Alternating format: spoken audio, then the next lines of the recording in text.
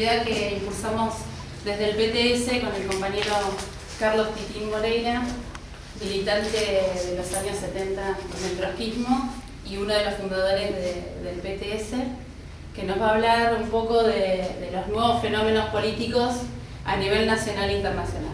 Así que los dejo con el compañero.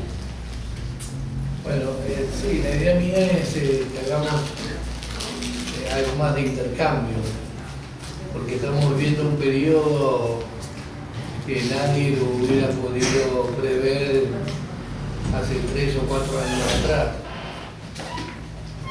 Quiero decir, la crisis capitalista ya lleva 6 años y el capitalismo aparentemente había logrado evitar que fuera una crisis catastrófica como la del año 29, por ejemplo, con algunos mecanismos, y eso llevó a muchos sectores a opinar de que ya se había salido la crisis. Lo están escribiendo en estos días muchos de los voceros, Jorge Castro, por ejemplo, que es el vocero de la burguesía, Jorge Castro, que tuvo su pasado maoísta, no sé si saben, fue militante del PCR, diciendo de las páginas de Clarín que, bueno, que está superada la crisis.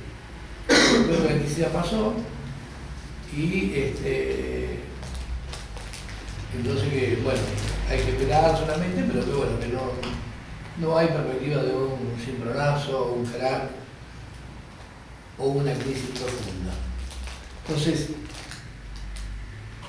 lo que han surgido son fenómenos políticos, más allá del desarrollo de la crisis económica, que no es como dice Jorge Castro, sino que se continúa, porque hay recesión en Europa, porque hay un crecimiento muy lento de Estados Unidos, porque hay estancamiento. Entonces, desde ese punto de vista, hay ¿qué es lo dinámico? Las manifestaciones sociales y políticas. O sea, eso es evidente que lo que había empezado como una primavera de los pueblos estaba limitado y muchos que escribieron, limitada, inclusive nosotros medio que escribimos y no, en el sentido que era primavera árabe.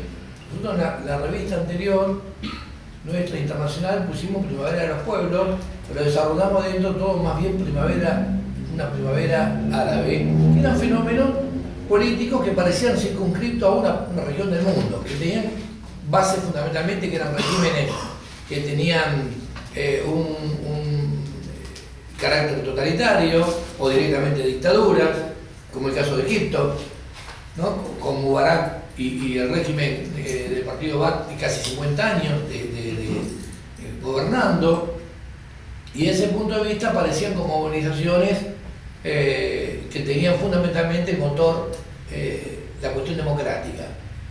Y obviamente algunas reivindicaciones producto de que la crisis económica mundial los afectaba y los perjudicaba. Así comenzó en realidad la primavera árabe, cuando ese tipo que era ingeniero, ese joven que era ingeniero y era vendedor ambulante y más que precarizado, se prendió fuego, y ahí fue el comienzo, ¿no?, de este fenómeno de la revolución, de la primavera y proceso revolucionario. Claramente el proceso de Egipto es un proceso revolucionario, ¿no? Las movilizaciones que vimos hace 15 días atrás de decenas de millones de personas es un hecho inédito en la historia. No ha habido eso. O sea, ha habido una movilización multitudinaria en Egipto de millones, sí. Cuando Nasser, nacionalista burgués tradicional, gobernaba el país, inclusive cuando fue la muerte de él en su entierro. Pero contra un gobierno, movilizaciones de protesta contra un gobierno no ha habido. Las movilizaciones que vimos en Brasil también hace 2 o 3 semanas atrás son movilizaciones históricas, son las más grandes en la historia de Brasil, superiores a las directas del año 84 y superiores a las que dieron con la caída del gobierno de Collor de Mello en el año 92. Entonces estamos presenciando fenómenos inéditos, fenómenos nuevos, y eso hay que tratar de dar una explicación.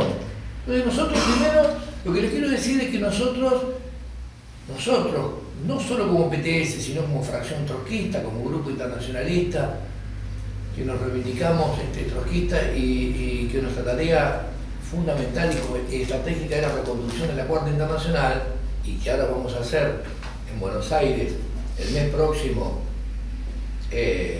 una conferencia donde vienen todos los compañeros nuestros de Europa y de Latinoamérica, que es donde fundamentalmente estamos nosotros. Tenemos trabajo en Brasil, en Chile, en Bolivia, en Venezuela, México, Francia, España, y ahora tenemos un trabajo muy dinámico, aunque es un grupo pequeño, un grupo nuevo que adhirió a nuestro agrupamiento internacional en Alemania. Vamos a discutir esto que le estoy contando ahora, vamos a discutir y a tratar de dar una explicación y intentar, inclusive antes que hagamos el reunión, de teorizar qué es el fenómeno que estamos viendo. Entonces es un fenómeno que tiene mucha base juvenil. Hay un fenómeno mundial de una movilización con base juvenil. Claramente la movilización es urbana y los sectores bajos. Entonces ahí ya empezamos la primera discusión. Los que se movilizan son las clases medias que se ven limitadas, que tienen mucho sentimiento democrático y ven limitado su crecimiento, o como es el caso de Brasil, donde se teorizó mucho sobre eso, porque Brasil era un ejemplo, muy cercano, que tanto el gobierno de Cristina como la oposición lo mostraban como un ejemplo a seguir, ¿no? Y sin embargo, ahora que se provocó ese fenómeno insólito, en un sentido, porque las movilizaciones, que en Brasil se movilice la gente de forma masiva, de millones, contra el campeonato de fútbol, es algo medio loco, como si se movilizaran contra el carnaval, es medio incomprensible. Entonces, surgieron los sociólogos, politólogos, todo el país diciendo, bueno, por acá lo que se movilizaron son los sectores de clase media. Entonces, ¿y por qué entonces se movilizaron? Están disconformes, son sectores de clase media. Bueno, esto lleva a un debate interesante y yo me gustaría que también nosotros intercambiáramos opinión sobre esto. Los sectores que más han sido perjudicados por la política del aumento del boleto, que fue lo que terminó explotando, fue la chispa que prendió esa bomba en Brasil, porque miren, subió el boleto subió de 3 reales a 3,20. No es una gran alza para provocar semejante despelote. Lo que pasa es que la gente lo que vio es que hay fortunas que se gastan en la remodelación de estadios, en la construcción de barrios enteros. 15.000 viviendas se van a hacer en Brasilia solamente para periodistas, deportistas. No, estoy en Janeiro, estoy macaneando, porque se hacen para el Mundial y para las Olimpiadas. 15.000 viviendas. O sea, imagínense, 15.000 departamentos, casitas que se empiecen a... La guita que esa haciendo barrios populares podrían ser 50.000, 60.000 o 100.000. Entonces, es un derroche fabuloso, inclusive en estadios. Están haciendo un estadio en ciudades como Brasilia, que no tiene equipo de fútbol, no tiene equipo de primera. Brasilia. Y están haciendo en localidades donde hay equipo de... No quiero ofender a nadie, pero equipos chicos, como si fuera, no sé, Huracán de Comodoro, y hacen un estadio para mundial. No ofender a nadie acá, pues. Acá un estadio enorme para un lugar Neuquén. Acá un estadio de fútbol espectacular en Neuquén, donde está Independiente. Que no va por ningún lado Independiente de Neuquén. Entonces, ¿me entendés? Es un gato re loco que no tienen, o sea, que se va a utilizar realmente para el mundial y después olvidate. Y aparte de ese mundial, las masas no van a poder participar porque la entrada va a ser carísima. Entonces es un mundial que le es ajeno. El tipo no va a poder ir, ve que se gasta fortuna. Eso es lo que ha movilizado y ha generado la bronca, porque en Brasil no hay una dictadura como había en Egipto cuando la gente se movilizó por Mubarak hace un año. y subió un gobierno, el de Morsi, de la hermandad musulmana, y a un año la gente se movilizó para echarlo, ¿no? Se adelantó el ejército, lo sacó y todo lo demás, porque lo que tenía contra las cuerdas al gobierno no era el apriete del ejército, sino la movilización obrera y popular. El ejército intervino para que esa movilización no se desarrollara. Y este fenómeno, que en Egipto también tiene bases fundamentalmente juveniles, es un fenómeno que se extiende a diversos países. Por ejemplo, en México tuvimos la movilización de los llamados 132, claramente con peso juvenil. En Chile el proceso empezó hace 3 años de los estudiantes para pelear contra el aumento cada vez mayor del arancel de la universidad, que es carísimo. Y entonces esa movilización en Chile después de 3 años ha empalmado con el movimiento obrero, y hay lucha de los mineros y lucha de los portuarios.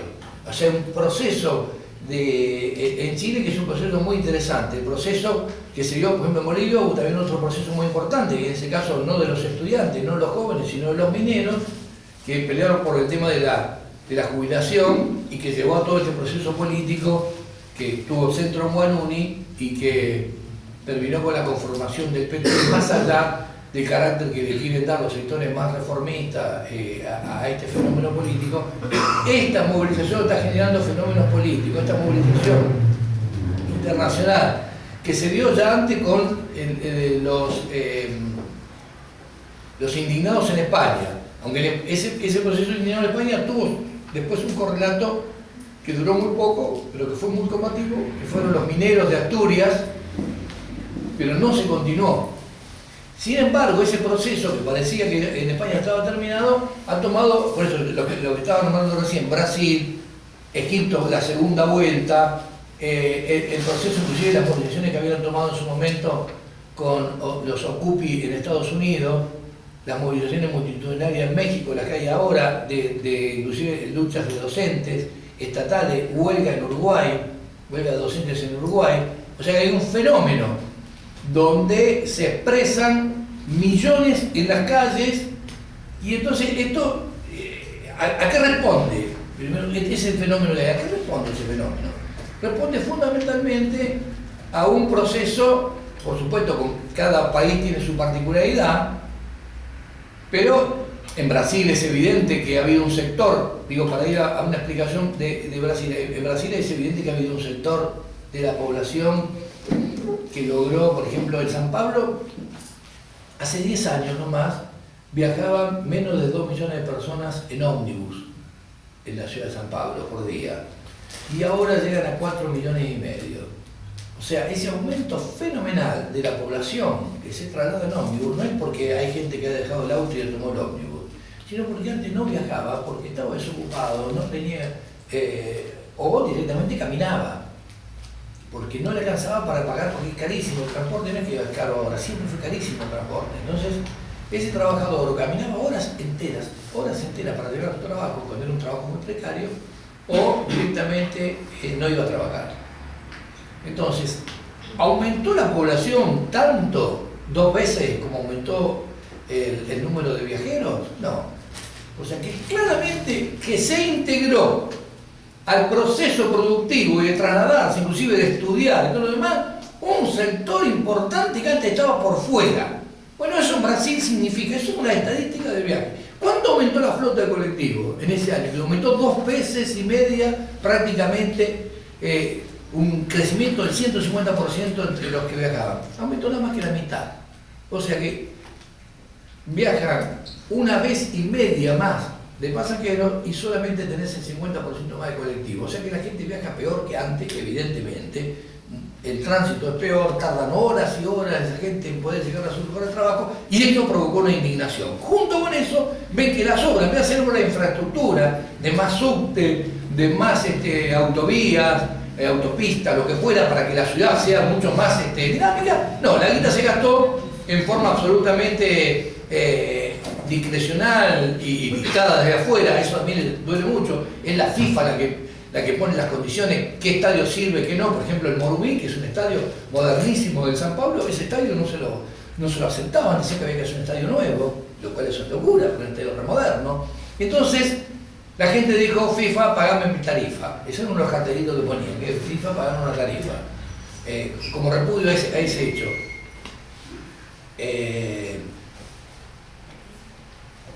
Ese sector no es un sector de clase media. Los sociólogos dividen el sector de clase media. Nosotros lo que decimos es, y lo dice Ricardo Artune, acá está la revista, yo solo traje unos pocos ejemplares, van a llegar este fin de semana, es revista Idea de Izquierda que nosotros sacamos, donde damos cuenta de este fenómeno juvenil que le estoy contando y del proceso brasilero en particular. Y hay una nota de Ricardo Antunes, que es un sociólogo muy conocido brasilero, el tipo no es revolucionario, pero es un tipo que se referencia marxista, donde él explica y dice que de ninguna manera de clase media, son los sectores bajo la población, son los sectores precarizados que ingresaron al trabajo informal, pero que han accedido a estudiar, o sus hijos a estudiar, y ellos a transportarse, ir a los lugares de laburo.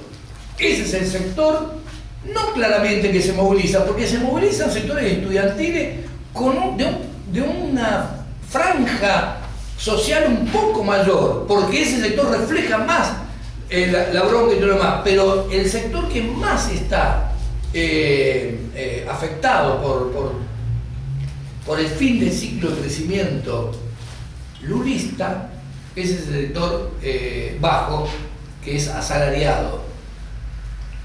El ciclo de crecimiento lulista se basó en un endeudamiento enorme, inclusive era tal el grado de incorporación de sectores, los sectores muy pobres en Brasil se incorporaron al consumo a partir de que el gobierno dio lo que se llama la Bolsa Familia o Hambre Cero.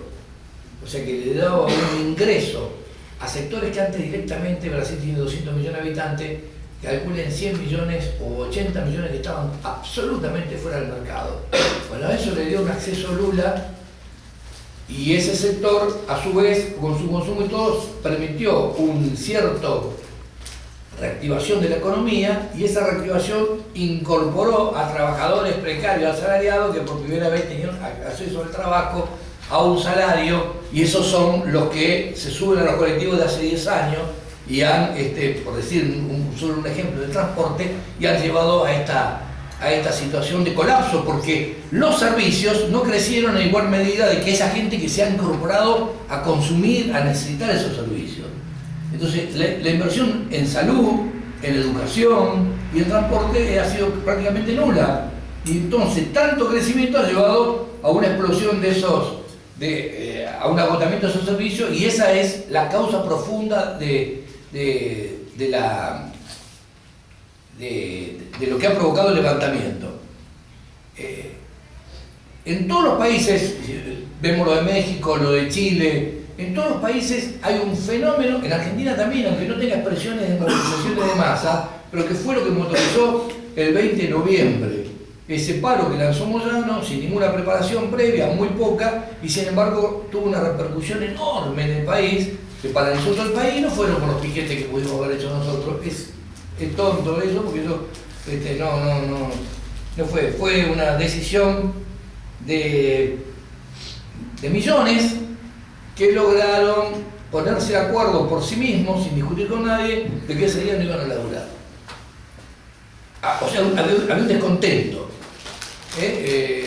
una incidencia, a veces ponemos nosotros con una palabra medio complicada para la gente. Descontento con el gobierno de Cristina, porque la gente se daba cuenta que no había más, que se terminó en nunca menos. Y eso es lo mismo que vieron en Brasil, se terminó en nunca menos. ¿Qué quiere decir?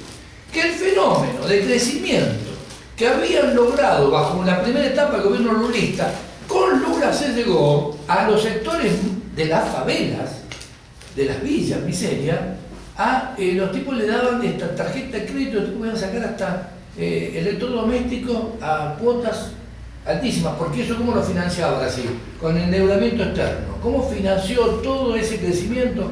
Endeudado. Brasil es un país recontra endeudado. Con esos créditos, que los bancos ganaron fortuna bajo Lula, los tipos financiaron todo ese consumo que llegaba hasta los sectores, insisto, más pobres de la población. Bueno, ese fenómeno, por múltiples razones, yo no me quiero detener acá, eso hablemoslo, se detuvo, ese fenómeno está paralizado. Brasil ya no crece más como crecía a tasa parecida a la Argentina, 6, 7% y todo lo demás. El año pasado creció el 1,2%, este año esperaba que iba a crecer el 3, no va a crecer más del 2, y entonces eso es lo que ve la población. No crecemos, las expectativas que se generaron durante toda esta época y que se fueron conquistando, porque eso hay que decir, igual que en Argentina, era de que cada año vos estabas o mejor o tenías la perspectiva de si eras tercerizado, ya voy a ser efectivo. Y el efectivo decía, bueno, ya me compré el auto, ahora me compró el plasma.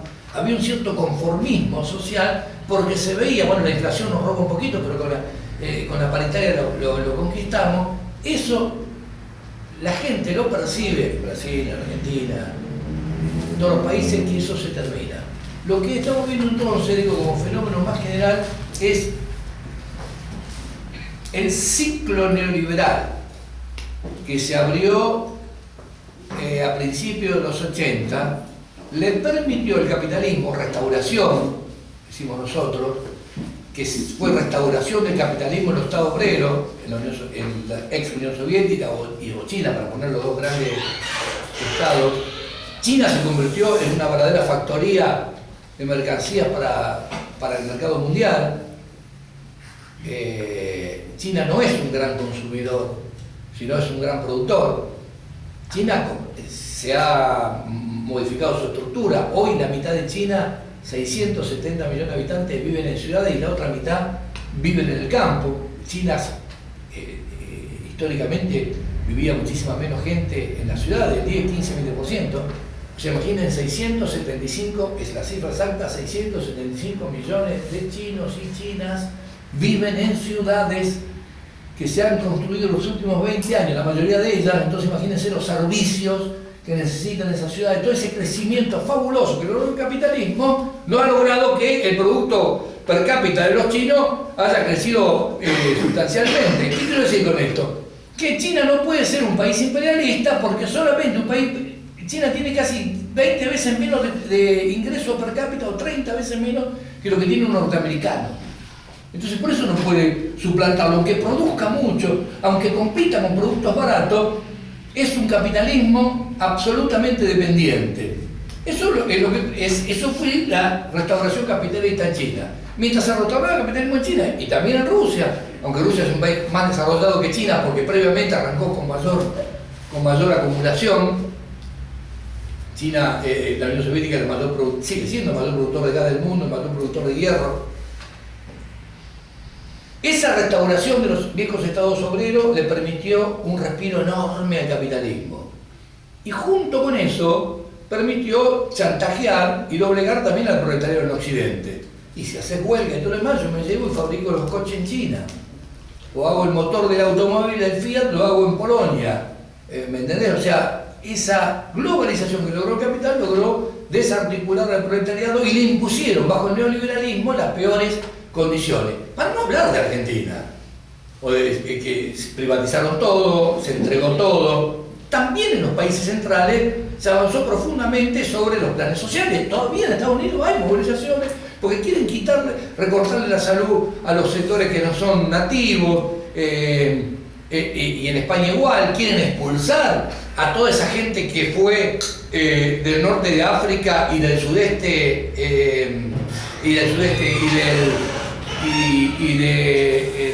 del este de Europa, de los países que caían después del hundimiento de la Unión Soviética, los estados obreros que huían en masa buscando trabajo hacia Occidente, y entonces con esa especie de revolución que se vendió, que era el neoliberalismo, y que España floreció también endeudándose, iban a trabajar todos los inmigrantes que encontraban en el este de Europa y de Centroamérica, y está lleno hoy. Y está lleno de marroquíes España. España, que hoy está en un proceso de crisis enorme, de desocupación brutal, tiene hoy metido dentro, solamente en Terraza, que es un pueblito que está de Barcelona, tiene que no debe tener más de 200.000 personas, 20.000 marroquíes, de los cuales el 80% está desocupado. ¿Cómo tiene metida la revolución adentro? Como tienen los yanquis metida el proceso de mexicanos y latinos, lo tiene adentro, porque ya el castellano es el segundo idioma más hablado y pronto van a superar inclusive a la población negra, los latinos. Quiero decir, el avance del neoliberalismo se consiguió en base de solo represión, no, como se consiguió fundamentalmente en base, sí, a destruir las organizaciones obreras, en primer lugar los estados obreros, a destruir los sindicatos, cooptar la burocracia, a ser parte de en la Argentina como era, parte de la negociación, parte de lo que se conseguía. La burocracia era socia y repartía migajas a veces con acciones a los trabajadores. Así empaquetó la Argentina Menem con Kirchner y Parrilli con la privatización de YPF, para hablar de una, para hablar de teléfono, todo. En Argentina se privatizó todo. Y en el resto del mundo también se fue privatizando. Menos que en Argentina, pues se fue privatizando. Por ejemplo, en Brasil, la empresa petrolera no es totalmente privatizada, pero está asociada, o sea que la mitad es privada, la mitad es estatal. Pero de hecho es una empresa capitalista cualquiera, común y silvestre con prestaciones de capitales. Bueno, se vendió todo, en el mundo se vendió todo, se privatizó todo, se le sacó los convenios laborales, el estado de bienestar se fue recortando, eso se consiguió bajo el liberalismo. El trabajo precario en Estados Unidos es algo fabuloso. Cuando era un país de estabilidad, en Japón la estabilidad era eterna, era el país que tenía estabilidad laboral de por vida. Pero todo eso se perdió con el liberalismo. Y también cómo se conseguía, dando la perspectiva de que el tipo podía vía ¿cómo se llama? Vía crédito, vía hacer extra, lo que sea, un cierto ascenso social. Eso fue lo que le permitió una sobrevida al capitalismo y al neoliberalismo. Entonces permitió una supervivencia al capitalismo. Bueno, lo que estamos viendo hoy es que se terminó ese ciclo. Ese ciclo donde el neoliberalismo, aunque avanzaba sobre conquistas importantes, los trabajadores lo desorganizaba, permitía al capitalismo un cierto desarrollo, y con eso había sectores sociales de las clases medias, del proletariado más privilegiado, de ascender. Inclusive el proletariado más bajo, que no era proletario, que era un desocupado de aquellos años, conseguir un trabajo, poder sobrevivir y tener la perspectiva de que pudiera haber en un futuro no muy lejano una mejora. Eso se terminó. Lo que quiero decir es que el fenómeno mundial que estamos viendo es que ese fenómeno del liberalismo está agotado, en el sentido de lograr que capas de la población en diversos países del mundo consigan un avance en sus condiciones de vida. Ese es el fondo, el trasfondo de todos los procesos, más allá de la particularidad de cada país, que tiene esta desmovilización multitudinaria que estamos viendo de las juventudes del mundo, o en otro lado, en la juventud, porque eso es Bolivia. Pero este es el fenómeno, por eso hay que ver, porque entonces estamos viviendo un cambio de época, para decirlo de alguna manera.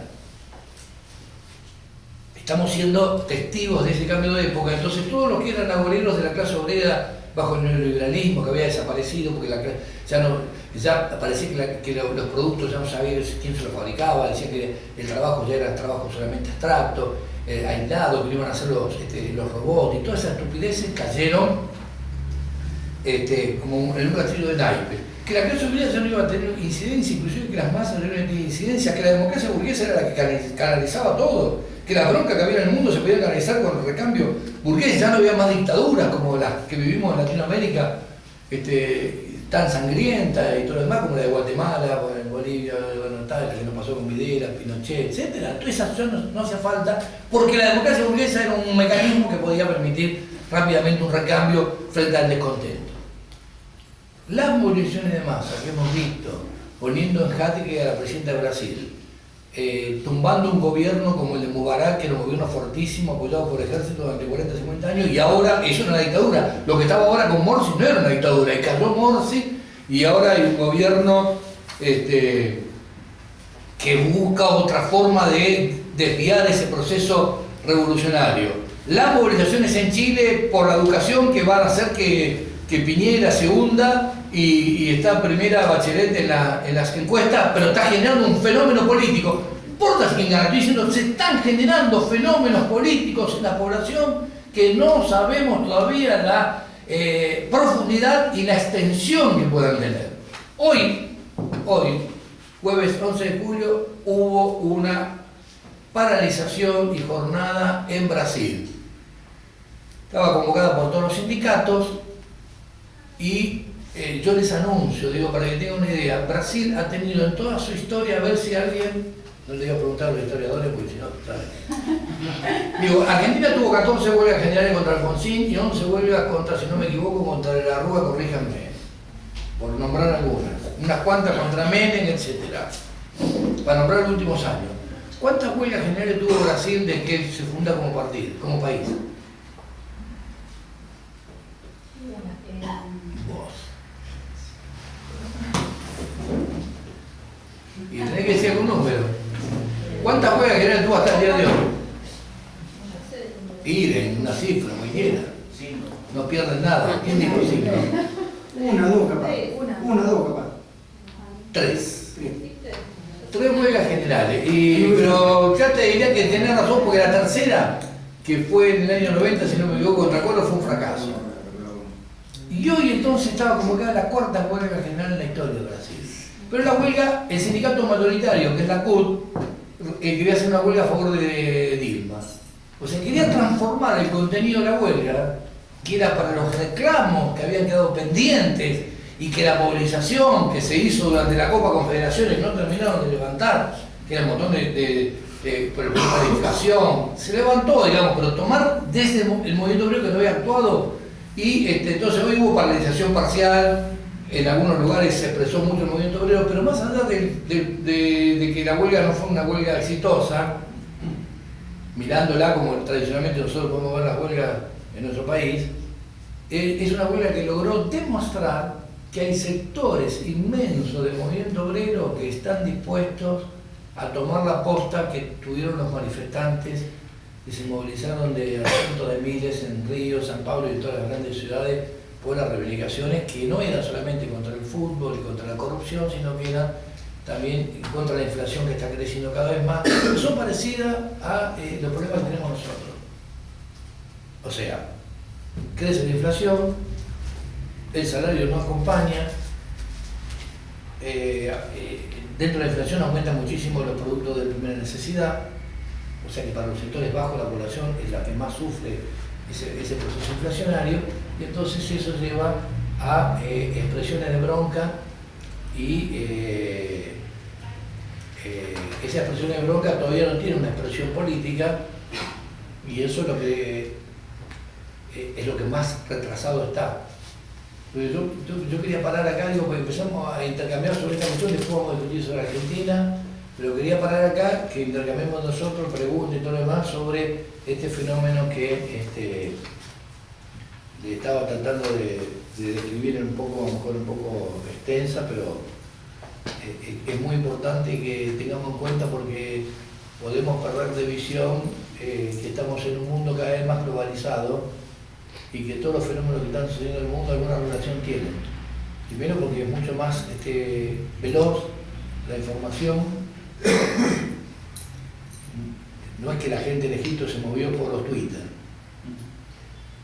pero es evidente que hay un proceso profundo, estructural, porque quiero decir que todas las formas y las redes sociales han permitido y han facilitado que esa bronca se pudiera expresar más fácilmente. Hay que saber aprovechar los medios modernos para poder influenciar en ese caso millones, o se puede influenciar a decenas de miles. Es lo que tenemos que ver de qué manera los revolucionarios pueden utilizar estos sistemas que los sabe utilizar muy bien la burguesía para adormecernos, para entretenernos con cada vez espectáculos televisivos cada vez más fabulosos desde el punto de vista. Ver un campeonato de fútbol de 50 años filmado, no se ve casi la filmación, todo borroso, a hoy casi prácticamente que vas volando con las pelotas en un tiro libre. Claro, ¿entendés? Se ve toda la jugada, avanzado terriblemente para tener, entonces, y en la propaganda y hay millones de propaganda y todo, entonces vos tenés partidos todos los días. Todos los días tenés partido, todos los días tenés campeonato de algo, tenés eso, o sea, de un deporte que le encanta a la gente. Entonces, si estás en los Estados Unidos te meten básquet hasta la, bueno, ustedes también acá en Bahía les gusta mucho el básquet, pero básquet hasta la oreja, y béisbol, y esto, el otro. Entonces, digo, por decir como un espectáculo, después te puedes meter 200 películas y entonces lo sacan ahora todavía a Schwarzenegger y Stallone, y además se van a morir algún día filmando los tipos de corazón, ya están viejitos pero siguen haciendo películas esas exitosas. Entonces, quiero decir, el espectáculo, la transmisión de información, quiero decir, así como la CNN transmitió en directo prácticamente la guerra del Golfo para deformarla, pero era una transmisión en directo, todo el mundo estaba pendiente de eso, de qué manera nosotros podemos utilizar los medios y las masas que lo han utilizado muy bien en Egipto y en cierta medida también en Brasil. Pero yo no quería detenerme en esta cuestión técnica de la utilización, sino cuál es el fenómeno político que hay detrás y si es esta visión de la realidad o es una visión equivocada, si esta es una visión demasiado optimista. Nosotros no somos optimistas como el Partido Obrero que dice que se cae el capitalismo, que se cae todo, porque hace 20 años que viene anunciando tempestades, crisis, todo, me parece la gorda Carrió. No, claro, en serio, compañero, porque es falso. O sea, fíjense que Massa, no quiero meter nacional, pero fíjense que Massa, que es el tipo que encabeza la encuesta, es el que es cuidadoso. La crítica de las cosas que le han hecho mal y algunas cosas se hicieron bien. ¿Por qué hace eso? Porque el sentimiento de la población en Argentina todavía no es de ruptura abierta, es de crítica, de bronca y todo lo demás. A la izquierda podemos crecer en votos, pero no es que haya un sentimiento de ruptura. No es lo que expresa de Narváez o Moyano. Eso expresa en un sector minoritario de la población. Todavía la población argentina no ve que pasa acá lo de Egipto, lo de Brasil y todo lo demás. Pero yo quiero que hagamos este análisis y volvemos a ese tema, porque si es lo que viene o no, cuál es el futuro que le espera a Argentina. O a la Argentina le espera un nuevo ciclo kirchnerista de crecimiento. Nosotros decimos que también se acabó eso. Que la crisis de fondo, la división del peronismo y todo lo demás, es porque se acabó un crecimiento basado en las medidas que tomó el kirchnerismo al principio. Que ya no le alcanza, que ya no hay más guita en las cuentas, que no alcanza con la soja, aunque la soja está muy bien, en el sentido de mucha recaudación para el gobierno. Porque ese crecimiento les lleva hoy que vaya a 12.000 millones de dólares solamente de déficit de energía, porque el país no ha producido las inversiones necesarias, porque está todo privatizado, para que tuviéramos gas, petróleo, que somos un país que tendríamos que tener autosuficiencia energética, pero la conseguimos hace 30 años y la tendríamos que tener hoy, sin embargo debemos 12.000 millones de dólares. Entonces es terrible, el gobierno tampoco puede evaluar, porque si evalúa cómo hace para pagar esos 12.000 millones de dólares que tiene que pagar de combustible. Entonces, está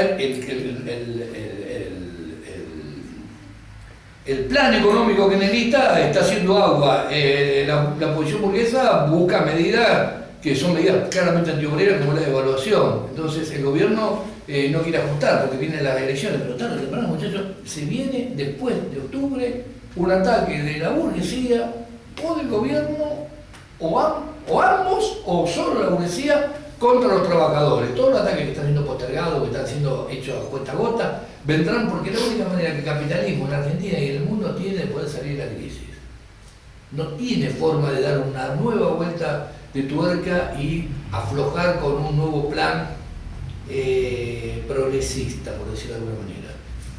La crisis que yo planteo del fenómeno neoliberal a nivel mundial, que es la causa última de la que no pueden salir de la crisis que ya lleva 6 años el capitalismo mundial, es que se agotó el modelo del neoliberalismo y no hay más empresas que vender, no hay más recortes que hacer, o si se hacen recortes tienen respuesta de los trabajadores, entonces hay un límite.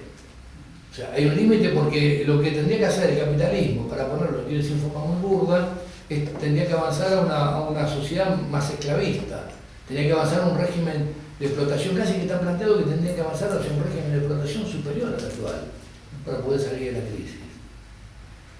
Saldrá de la crisis sin aplicar medidas draconianas que destruyan fuerzas productivas, o sea, millones de trabajadores en la calle, continentes enteros como es África hoy, con la mitad de la población infectada de HIV.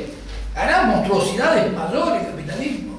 Llevará a los obreros chinos a resistir y los tipos morir como en Bangladesh, en esas factorías donde se cae el edificio que está crujiendo, le están avisando y caen enteros, pues salieron a movilizarse. Surgirá de la crisis capitalista un sistema de explotación superior.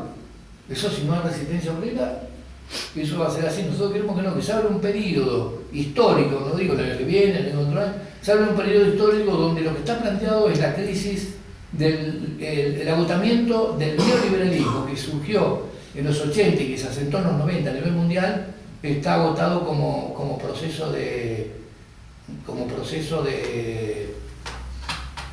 crecimiento capitalista muchísimo más degradado. Eso quiero decir, el crecimiento neoliberal es muchísimo más degradado que el crecimiento que se dio después de la Segunda Guerra Mundial. El crecimiento de la posguerra fue un crecimiento mucho más extendido, orgánico y de industrialización de los países donde llegaba. Por ejemplo, Argentina o Brasil, el capital venía, se instalaba fábricas, desarrollaba un capitalismo, dependiendo de lo que fuera, pero desarrollaba un cierto capitalismo. El neoliberalismo no. La globalización llevó a la exclusión entera de países, a instalar factorías en un país. Entonces, cuando en un país los trabajadores conseguían elevar su nivel salarial, como en Corea, se iban a otro país. Se iban a un país donde los trabajadores tuvieran menos nivel salarial. Ya se habían ido de Japón, se fueron a Corea para eso, entonces sacaron todos los coches coreanos. En esa época los coches coreanos eran de mala calidad, seguían siendo mejores los coches japoneses.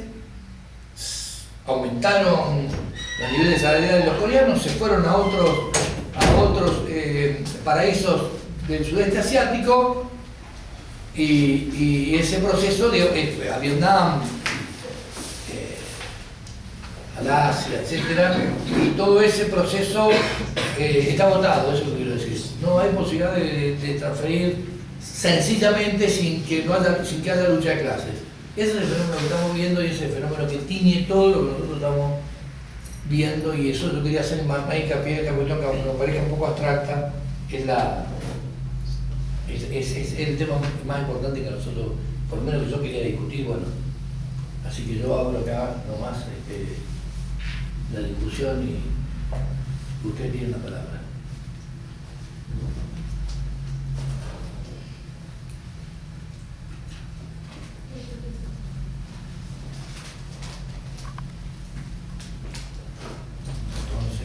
Sí, yo tenía no sé si una reflexión al respecto, por ahí cuando vos decías de cómo funcionaban los medios de comunicación, cómo habían funcionado los medios de comunicación como internet para llamar para organizar a las movilizaciones en las masas, y cómo eran los sectores, por ejemplo en Brasil, de las movilizaciones eran más de trabajadores y estudiantes más juveniles, pero de sectores más bajos. Hoy pensaba también cuando hablaba de los medios de comunicación, como por ejemplo acá en Argentina se organizó también a través de Facebook, pero una movilización que tomó reclamos más propios de una clase media más alta. No me acuerdo no sé si alguno se acuerda cómo era el numerito y la fecha. 18 años. Los cacerolazos. Digo, ¿no? Como por ahí es diferente el proceso que hay en Argentina con Europa, donde también hay, como la crisis capitalista generó una polarización entre sectores más a la izquierda y sectores más a la derecha. Partidos que surgen neonazis, manifestaciones contra el matrimonio igualitario, no sé, llamó un poco a la reflexión al respecto del rol que juegan los medios de comunicación a veces y ayudan a generar esas polarizaciones también. No sé si... Sí, te entendí, pero yo quiero tomar lo que vos dijiste para preguntar a todos. El compañero dijo los cacerolazos. Las movilizaciones en el mundo que ha habido, ¿tienen algo que ver con los cacerolazos argentinos? ¿Y qué? Si tienen algo que ver, ¿qué tienen? Él dijo que tienen algo común, que se manejaron mucho por vía mensajito o vía Twitter. Pero en cuanto a reivindicaciones, no, el compañero dice que no. No, que categóricamente las movilizaciones acá, los cacerolazos fueron por derecha al gobierno. Las movilizaciones en Egipto, en Chile, en Bolivia, en Estados Unidos, en Turquía y en México y en Brasil son por izquierda contra los gobiernos. Son contra la corrupción de los gobiernos. son contra el despilfarro de guita, son contra la medida de defensa de la educación, de defensa de la jubilación en Bolivia, en defensa de un transporte más barato en Brasil. No, más allá que puede haber alguna que otra perdida consigna reaccionaria. Acá los cacerolazos eran claramente el centro del reclamo de los cacerolazos era reaccionario, como fue las movilizaciones del 2008 del campo, eran esencialmente reaccionarios. Estas movilizaciones que estamos viendo ahora en el mundo son todo lo contrario y son masivas, mucho más masivas que los cacerolazos argentinos. Demuestran un grado de agotamiento de las masas con los gobiernos, con la forma del régimen democrático burgués. El compañero apunta a otra cosa. Surgen grupos de derecha. Y yo quiero hacer una reflexión también con respecto a eso, respecto a un fenómeno preocupante, que es el tema en Grecia, del partido nazi Amanecer Dorado. O sea, preocupante en el sentido que a diferencia del cacerolazo, los cacerolazos son más, o sea, no tienen el carácter orgánico que tienen, y tienen el tema de que tienen un discurso, o sea, el cacerolazo o el cacerolero es el discurso estatizante, ¿no? Típico, o sea, de la derecha, extrema derecha argentina, que tiene que ver, o sea, el discurso que tienen los caceroleros, el tema eso de que le dan a los negros, que tengan hijos, etc. Pero el tema es que este partido, bueno, como el otro, el Partido de la Independencia del Reino Unido, ¿no? El UKIP, que son partidos relativamente nuevos y han logrado casi un 25% de los votos en las elecciones. Y que lo que es preocupante es que son partidos antisistema, porque a diferencia, no sé, como la derecha liberal, el Partido Amanecer Dorado, el programa, o sea, plantea la salida del euro, ruptura con todas las instituciones, en el sentido de la troika, y lo peor, o sea, es que tiene base proletaria y joven. En estudios que han hecho algunos investigadores griegos sobre la composición, o sea, social de los jóvenes, o sea, hay una gran mayoría de jóvenes entre 18 y 25 años que lo apoyan, encima desarrollan, o sea, en Grecia en estos años se han visto, o sea, manifestaciones callejeras, con enfrentamientos muy duros con los cuerpos represivos. Este Amanecer Dorado movilizado con formas, o sea, de grupos de choque, al estilo de los nazis, y bueno, fogueando así contra ellos, y dentro de sus actividades militantes estaba, bueno, el acoso a cualquier movilización, ya sea por derechos por cuestiones democráticas, cuestiones de género y eso, incluso que tiene una especie, si no tiene una cobertura legal, por el tema de que el programa de Amanecer Dorado se consigue en internet y plantea cosas insólitas que en otro país, o sea, sería imposible presentarse con eso y tener votos. Por ejemplo, dentro del programa social de Amanecer Dorado está esterilizar mujeres inmigrantes y hombres y mujeres que tengan discapacidades físicas o algún tipo de enseñanza. Basado en el plan de reingeniería estructural legítima. Sí. Y lo más preocupante es que tiene un discurso pro-obrero y su base social es obrera y pobres. O sea, entonces ahí en Grecia y en Reino Unido, o sea, estos partidos se insertaron en los barrios obreros. Por ejemplo, en Liverpool, en Manchester, en los barrios obreros, estos tipos han llegado encima con una fuerza terrible, corriendo a la izquierda, con amenazas de muerte. Bueno, el partido UKIP, que tuvo más de casi el 25% en la elección de concejales, con un discurso antisistema, obviamente, por la extrema derecha, estilo nazi. Uno de los concejales que ganó en Liverpool es un tipo que mató a un inmigrante de Etiopía, de 100 patadas en la cabeza, mientras que le gritaba comunista, negro y homosexual. El tipo desconocido, sea en la ciudad, y sin embargo ganó. Y su discurso es de que la alternativa para salir de la crisis es echando a los romanos y eso, y gitanos que hay en gran cantidad, pero rompiendo con las instituciones, o sea, burguesas de la troika. Por eso dije que me parecía preocupante, por el tema de un discurso así masivo y tiene gran gran llegada en la población, sobre todo obreros.